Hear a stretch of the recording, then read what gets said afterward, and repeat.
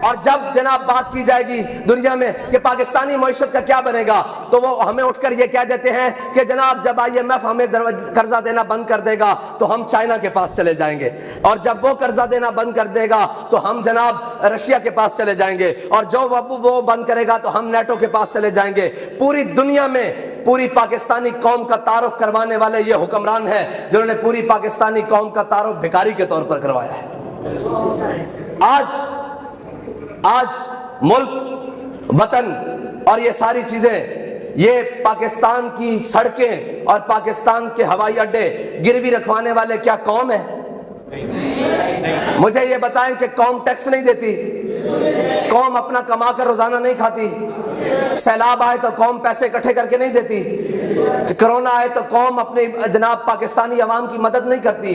کوئی ایسی ایک جگہ بتائیں کہ جناب پاکستان میں اس وقت فلاحی اداروں میں چلنے والے جناب بہت بہت بڑے ادارے ہیں، کیا قوم ان کو پیسے نہیں دیتی، قوم ان کو ڈونیشن نہیں دیتی؟ لیکن آج حالت یہ ہے کہ اسی قوم کو پوری دنیا کے سامنے بھکاری بنا کر پیش کیا گیا ہے۔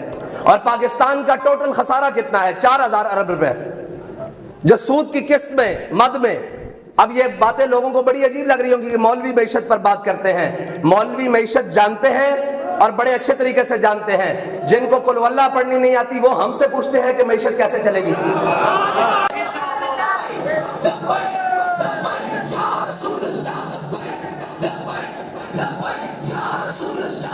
اور حکمرانی پاکستان کے اندر ہو، حکمرانی سندھ و بلوچستان ہو، پنجاب ہو، خیبر پختونخوا کے اندر ہو، لیکن باپ کی علیحدہ ملیں ہوں، بیٹوں کی علیحدہ ملیں ہوں، یہ تو نہیں ہو سکتا نا بھائی۔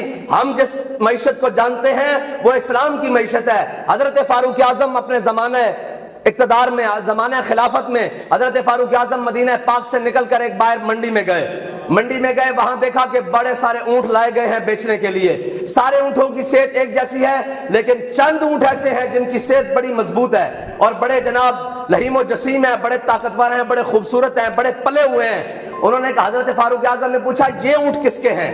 انہوں نے کہا یہ اونٹ آپ کے بیٹے عبداللہ بن عمر کے ہیں۔ انہوں نے کہا یہ اونٹ یہاں کیا کر رہے ہیں؟ انہوں نے کہا آپ کے بیٹے نے یہاں کسانوں سے بات کی ہوئی ہے، وہ اپنے اونٹ یہاں بھیجتے ہیں اور کسان یہاں پالتے ہیں، پھر جو نفع آتا ہے وہ عبداللہ بن عمر لے جاتے ہیں اور جو قیمت ہوتی ہے کچھ بچت وہ ان کسانوں کو دے جاتے ہیں۔ حضرت فاروق اعظم نے کہا عبداللہ بن عمر کو یہیں پر بلاؤ، اسی منڈی کے اندر ابھی طلب کرو اپنے بیٹے کو۔ کہا ادھر آؤ بیٹے۔ انہوں نے کہا ہاں بھائی یہ باقی اونٹ کھڑے ہوئے ہیں، ان کی صحت اتنی اچھی نہیں ہے، تمہارے اونٹوں کی اچھی کیوں ہے؟ اسی چراگاہوں میں یہ باقی سارے اونٹ بھی چرتے ہیں اور وہی اناج کھاتے ہیں جو تمہارے اونٹ کھاتے ہیں، لیکن ان کی صحت اچھی کیوں ہے؟ تو انہوں نے کہا جناب ذرا زیادہ خیال رکھتے ہیں کسان میرے اونٹوں کا۔ تو حضرت فاروق اعظم کہنے لگے تمہارے اونٹوں کا کسان زیادہ اس لیے خیال رکھتے ہیں کہ تم خلیفۃ المسلمین کے بیٹے ہو، امیر المومنین کے بیٹے ہو، اس لیے تمہارے اونٹوں کا خیال زیادہ رکھا جاتا ہے۔ ابھی ان اونٹوں کو فروخت کرو اور جو ان کی قیمت ہے ان کے برابر قیمت تم رکھ لو، جو باقی زیادہ قیمت میں یہ بک رہے ہیں وہ جا کے بیت المال میں جمع کرواؤ۔ ہم تو اس نظام کے قائل ہیں۔